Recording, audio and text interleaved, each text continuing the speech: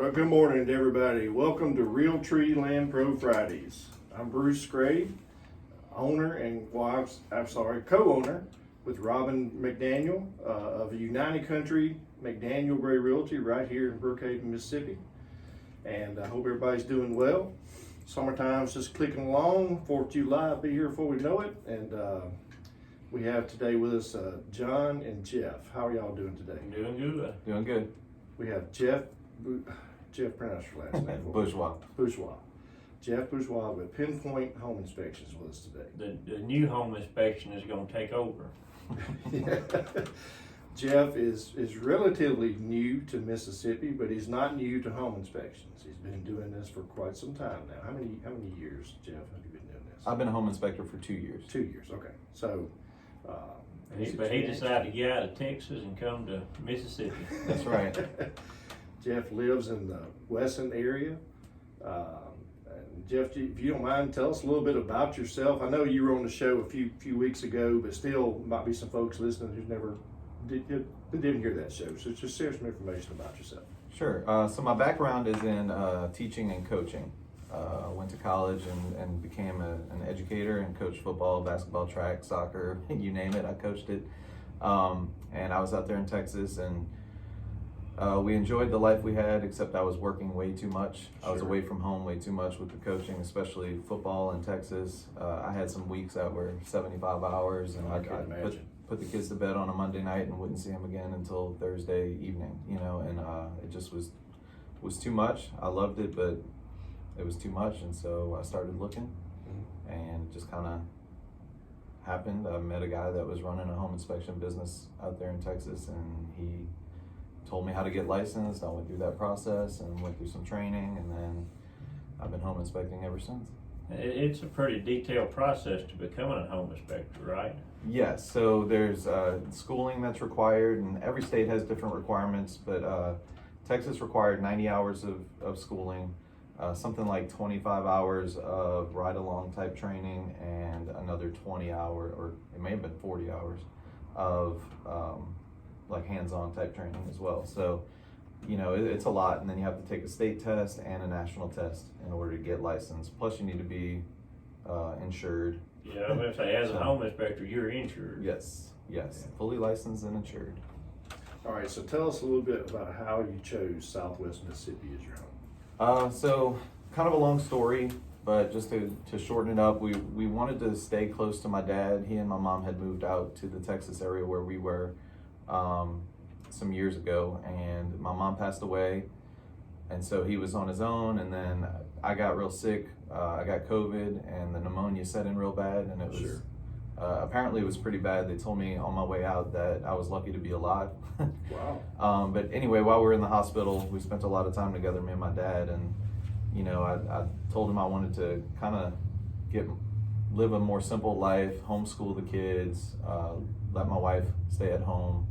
And so we said, well, where can we get more bang for our buck in terms of property for the money? And we kind of looked anywhere within about 4 hours of New Orleans, because that's where we're originally from. And we found a great place, 2 homes on a 7-acre lot with a pond. And so we went for it. Got any fish? There are some fish. We haven't caught any bass yet, but we plan on stocking it. But we catch lots of brim. Sounds good. So there's a good example of someone who's moved to the area, because you can get more for your buck, right? You can. I think a lot of people don't really get that. People don't really. I've watched some of the TV shows with the real estate shows, like in California, Right. and it's crazy what they pay for for nothing, like a little shack. Here you could buy 200 acres. Right. Exactly. Yeah, and we ended up pooling our money, but basically we were able to get a whole lot more for even what my dad's house was worth out in Texas. And so, it just made sense, especially when I knew that I was gonna strike out on my own. Right. Starting my own business for the first time at 41 years old, we knew that we had to have a couple safeguards in place, and one of those was to have our living expenses a little bit lower than what we had when we were out in Texas, and not having that consistent paycheck, and the teacher check was kind of it wasn't big, but it was every month. Consistent. Yeah. Right. And so knowing that we take some lumps early on in the process, we put those safeguards in place. And you cover all of Southwest Mississippi. Yeah, pretty much. If you take 55, I'll go from Macomb to North Jackson and everywhere in between. So about an hour radius from Wesson. Okay. That's good to know. Yeah, so That covers pretty much all Southwest Mississippi, basically, so. Yeah, so if you're listening anywhere in Southwest Mississippi, you can call Geoff and he will take and do a home inspection. Give me a call. That's right. All right, we're gonna talk today a little bit about, from the standpoint of a seller. You know, home inspection is really to benefit the buyer. Obviously, it's not something that's required, but we as realtors highly recommend that buyers make an offer contingent upon the approval of a home inspection. And most buyers take advantage of that and do that, decide to do that, spend the money. But we want to look at it today from a seller standpoint. And Geoff's going to share with us some reasons why you might want to do a, what's it called, a pre-inspection. A pre-inspection. It's pretty much the Yeah. general term. So we refer to a pre-inspection as a home inspection a person gets before they plan on selling their home. Right. And so there's some benefits of that. When you're looking to sell your home, if you get your home inspected, you're gonna know the issues that are likely to show up if your buyers get the home inspected. So you can take care of those early. Oftentimes when a buyer gets their inspection and they want certain items fixed, they require that that's fixed by a licensed professional. So if you know about some of these issues in advance, you could probably fix them yourself or get a handyman, somebody qualified but not necessarily a licensed professional. Right. If anytime it's big, I always recommend a licensed professional anyway, but you know, some things handyman can fix and you can get it done for a lot cheaper. So that's another one of the benefits. You're going to anticipate future buyer concerns, so when you hear about them, you're not shocked. Like, oh, I didn't know I had, you know, roofing problems or whatever. You Right. know about it already. Your agent can more accurately price the home, Yeah. and that's That's a a big big Especially one. in this market where you can get the most for your home. Right. And Yeah. so you can, Yeah. if you're anticipating those issues and you fix some of those issues, you may be able to ask for more, or you're not shell shocked if you don't get offers of what you're expecting. You know, it would also benefit, you know, you as a seller, when a buyer comes, you know, to look at your house, if you can say, hey, we've had a home inspection done, you know, this is what they found wrong, we fixed, you know, A, B, and C. Right. So And that would be, you know, you wouldn't be no surprises, and it'd just be a lot better for you as a seller. Well, that would show the buyer that you as a seller are doing your due diligence and you're trying to make You're your trying to home make sure Right. you're not hiding anything. Oh yeah, and buyers are definitely more comfortable and more confident in purchasing a home when they know it's been taken care of. That's exactly. And so, you know, hopefully you're not just giving the illusion that you've taken care of it, but it adds a level of trustworthiness for that buyer, and they're going to be a little more confident Right. that the house is in good shape. That's right. There are a few negatives that I do want to mention because I don't want anybody getting caught off guard. But anytime when you're selling your home, there's a disclosure list, and you're listing the things that you know to be wrong with it. If you don't have a home inspection done prior to selling the house, you don't know what's wrong with it, so your list may be empty. Getting the home inspection gives you a list of things. So it could be a negative because you're legally supposed to disclose that on that document. Of course, there's extra expenses in getting a home inspection that costs a little bit of money, and there's extra time and effort in fixing whatever issues that you decide you want to fix before listing your home. But you know, the cost in doing the home inspection is really nothing in the big scheme of a, you know, $200,000 or $100,000 house. The cost of getting the home inspection is nothing, you know, in that. Right. I mean, if you look at something simple like getting your toilet fixed, if you're hiring a plumber, you're going to spend $300 or $400 easy. You're going to spend as much as you would on a home inspection. And so it's. And if you had an AC, if you had like AC problems, you'd be spending thousands. Right.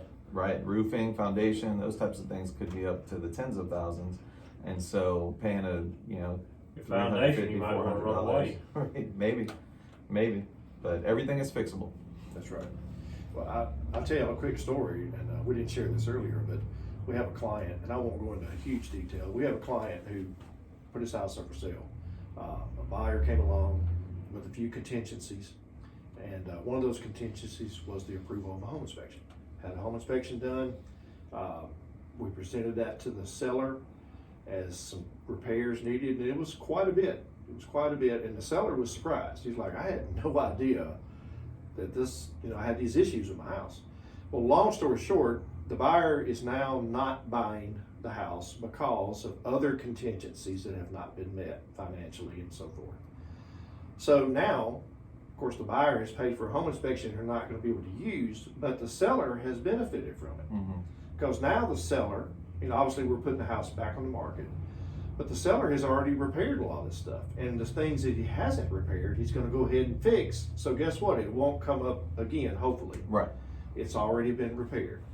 Now he has to disclose all of this, but that's a good thing. Because now we can tell the next potential buyer, hey, look, all these things have been addressed just recently, and that's peace of mind. Yes. So he really has a chance to actually make more money off his house than he did with his previous contract because of all these repairs that he's repairing right now. Right.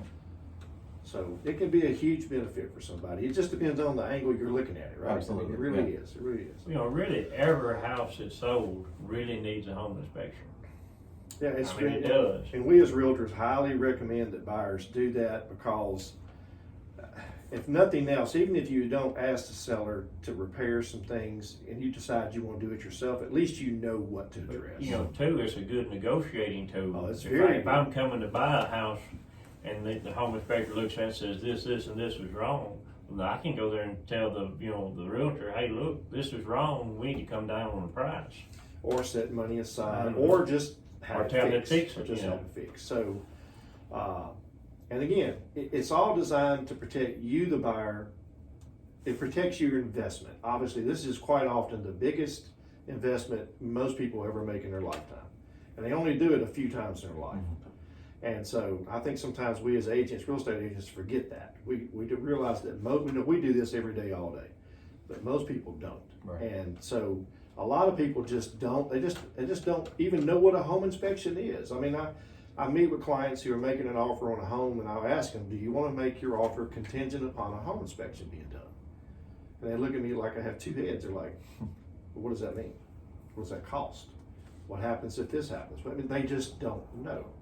And that's okay. It's our job to educate them. It's our job to put them in contact with a home inspector such as Geoff, who can answer their questions so that they have peace of mind. You would think that mortgage lenders or your banks would require home inspection. I know they don't, but you would think they would to They protect do require their investment. an appraisal, which some of that stuff will come up during an appraisal. But that's a whole different matter. That's not in the same realm as a home inspection. So, But, just to protect the investment what they're having a loan on a house. right. Because you buy a house with foundation trouble, you can fix it, but it's gonna cost thousands. That's right. You would just think it would be required with banks. So Geoff, what are some of the big things that you see on a regular basis as far as issues? Okay, so some of the issues in homes, in the home inspection business, a lot of us refer to the big four, which is electrical, HVAC, that's AC and heating, foundation, and roof. And I'm gonna go over a couple of the common ones that I see, and especially things that are kind of easily fixable or can be addressed prior to selling the home. But in the electrical's kind of one that's scary to buyers. If you don't have any experience with electrical and you can get shocked and die from it, that's something that you're going to worry about. And so the things I find most common are issues with the outlets, which are either they're GFCI or they aren't where they should be. That's outlets made for wet areas. It's a safety outlet. Yeah, describe that for a minute. John calls it a safety so outlet. What That's what it is. It's designed to trip if the appliance gets wet, and so they're required in wet areas. So you've got the I guess stereotype in the old movies and stuff where somebody got in a tub and the fan fell in or whatever and electrocuted the person in the tub. This would save them. It automatically, it's like a circuit breaker built into the outlet. So when the appliance gets wet, the outlet shuts off, no more power. And so you see these in bathrooms and kitchens. Bathrooms, kitchens, garages, exterior, and now they're required in laundry. Okay. So anywhere where there's water. Yeah, I think my outside outlets are out, right? Like in my house by my swimming pool, I think mine are. They're supposed to be. I think that's what they are. Yeah, they're supposed to be. And they don't always have the button on them. Sometimes they can be on the same line of outlets. So you might have, like in the kitchen, you might only have one of your outlets with the little reset button, but the rest of them may be tied into that same one. And so if you have an out, like the toaster on the other side, and you get some spillage from your sink, toaster trips it, it'll reset at the original outlet where That it explains started. why some outlets work and some don't. You're like, Yes, what sir. the heck Yeah. is going My on? bathrooms are like that in our house. Yeah, usually it's like the primary bathroom will be where the reset is, and then all the other bathrooms are just tied to that one. So if you trip one in the upstairs bathroom, you got to go downstairs to the primary bathroom and reset it. That's good to know. But that's something good to have, though. You never know when an accident, could happen. Right. Yeah, and that's one of our big safety concerns on our reports that we write about. Other ones are if they're wired incorrectly. A lot of our older homes were wired without a ground wire, and so I have a tester, and those will show that it's wired without a ground, or if that reverse polarity, the hot wire and the neutral wire are switched. Those are just common ones, and that you can check that easily. Of course, I'd rather you hire me, but the outlet testers what you're are looking for. right. But outlet testers are not very expensive, and so if that was a concern, you could go test your own. And then I move on to HVAC. Some of the common things that I find that people don't know about are like water or rust in the drain pan. So that's under the interior unit, and a lot of times those are in the attic. And so that's why people don't know. They don't go up there very often except to get their Christmas lights, and then that's about it. And so obviously water in the drain pan, over time that could, if you have other issues that hang up, that could overflow and cause stains in your ceiling and basically a leak in your ceiling. And it's not coming from the roof, but it's coming from the AC unit. Also insulation on your suction line. You'll see that both outside by the exterior unit and inside. If that's not fully insulated, that's like freezing cold air running through there. If that's not insulated and you got the extreme hot temperatures, especially up in the attic, that will sweat. You'll get condensation that builds on that, and that'll drip on your ceiling, and you'll end up with stains. Again, you might think it's a roof leak, but it's from the AC unit again. And same is true on the primary drain line, and we want to see that insulated as well. And those are easy. It's the little insulation that you would buy to do your pipes on your exterior to keep them from busting during the winter. You put that on there, and now you're eliminating some of the issues that you might run into.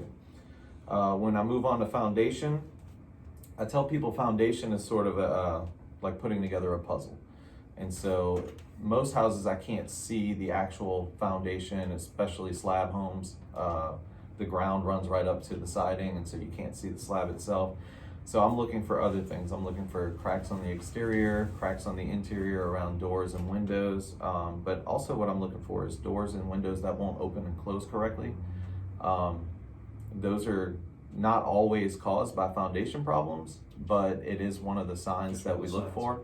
And so if you're selling your home and you have a door that sticks, it may just be that the hinges are a little out of whack, and you can just fix it, and now you're good. And that's one of the red flags that comes up that won't come up when you go to sell your home. And that's the key. It doesn't come up Right. later on. You're just trying to eliminate those red flags.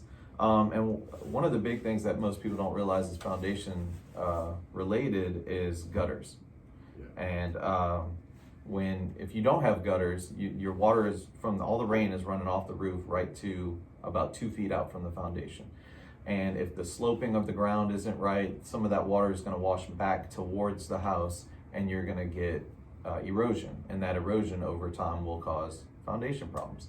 And so it could have been fine, but it ends up being a problem. And if you do have gutters, make sure you've got either the splash block, that's that concrete block at the bottom that helps the water run away from the house, or use the corrugated piping to run that off into a safer place away from the house.